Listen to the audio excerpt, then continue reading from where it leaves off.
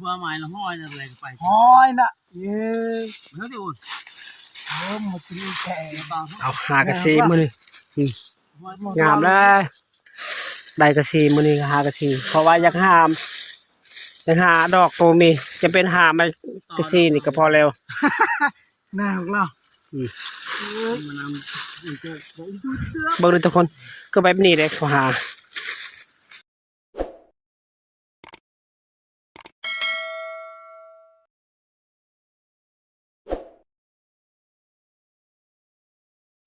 เอาสวัสดีทุกคนสวัสดี FC ผู้ติดตามรับชมเนาะมื้อนี้ก็คือเดินทางไป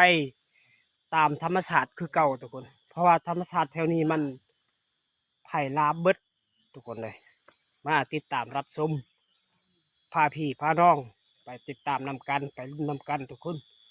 พอมื้อนี้ก็มาเดินทางไปสู่หาอยู่หากินคือเก่าทุกคนเพราะว่าชนบทห่างไกลซอกลีกามีแต่เพียงแต่ออกเหือแหงได้กับบุเคยได้เป็นได้ทุกคนแต่ว่ามันดุอยู่แล้วไปตามดงตามป่าเอาฝากติดตามรับชมมือนี้กะมาเดินทางคือเก่าทีมงานเรามีที่3 คนหาหลอกหาเล่นแล้วมือนี้ตัวมันไหม้เบิดเลยมันไหม้ป่าแล้วก็มันลามป่าส่วนไร่แถวหมู่บ้านแถวนี้มันเขาเจ้าจุดให้เลยเพราะว่ามันลามทั่วทีบเลยทุกคนเลยไปที่ฮับรมที่ฮับเบิงฮับชมโอ้ยธรรมชาตินี่สวยงามทุกคนเลยป้าตัว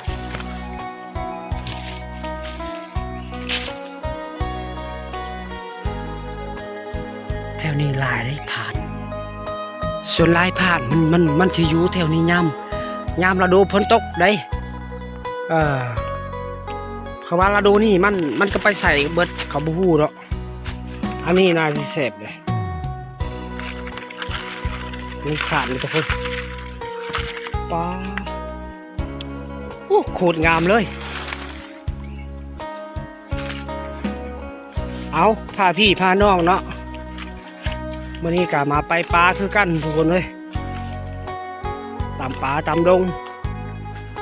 บรรยากาศงามสดมันงามเลย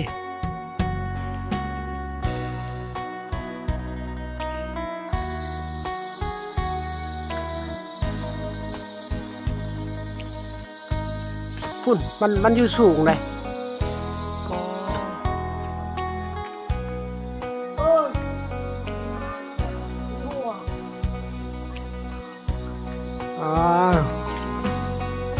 ไก่ชอดไปแล้ว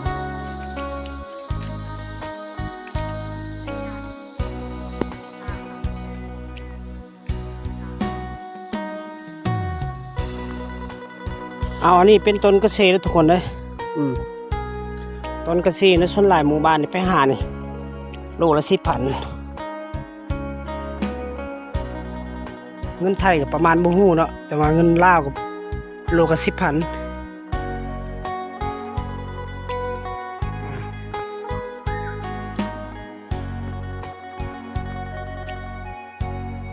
เอาทุกคนนี่อันนี้เป็นต้นกระซีเลยเพราะว่าชาวบ้านเคยไปหานี่ต้นกระซีนี่เป็นแบบนี้เลยเพราะว่ามันใหญ่ๆโลละ10,000เวียดมาซื้อที่แถวนี้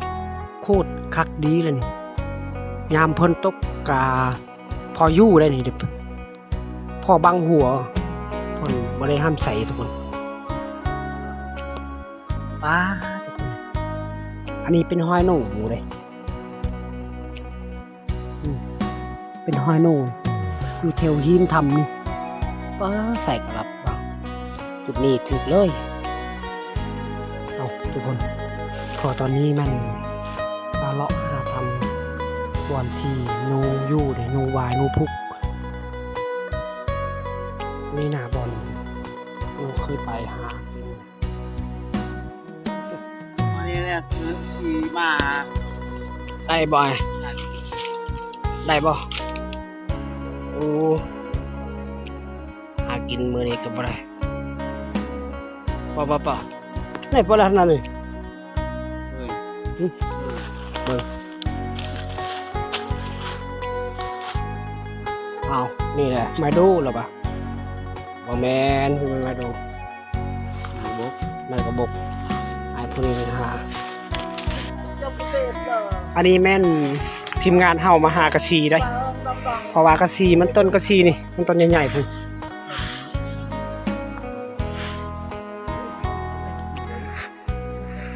พุ่นทางเทิงก็ยังมีหลายทุกคนเพราะว่าทีมงานเขาไปขึ้นเอาละกาเอาไม้ทุบลงไป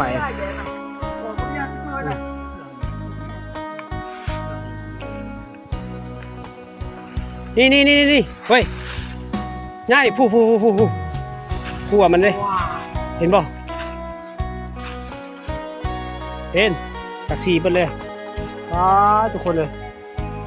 หาเงินก็มีแต่ซ้ำนี่เลยทุกคนเพราะว่า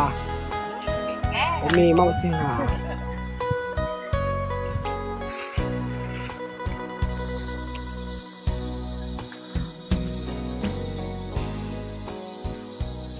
พุ่นมันอยู่สูงเลยปอ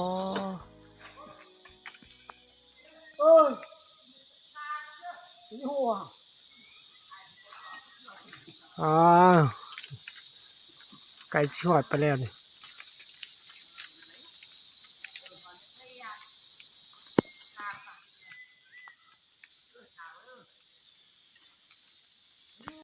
เอาละทุกคนใดแล้วนี่นี่เพราะว่ามื้อนี้ไปหาดอกนี่นะโอ้ยขัก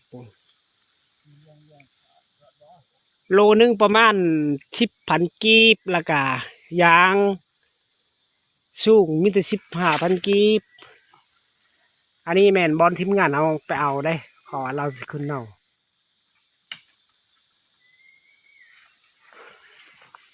ก็เอาขึ้นดีๆได้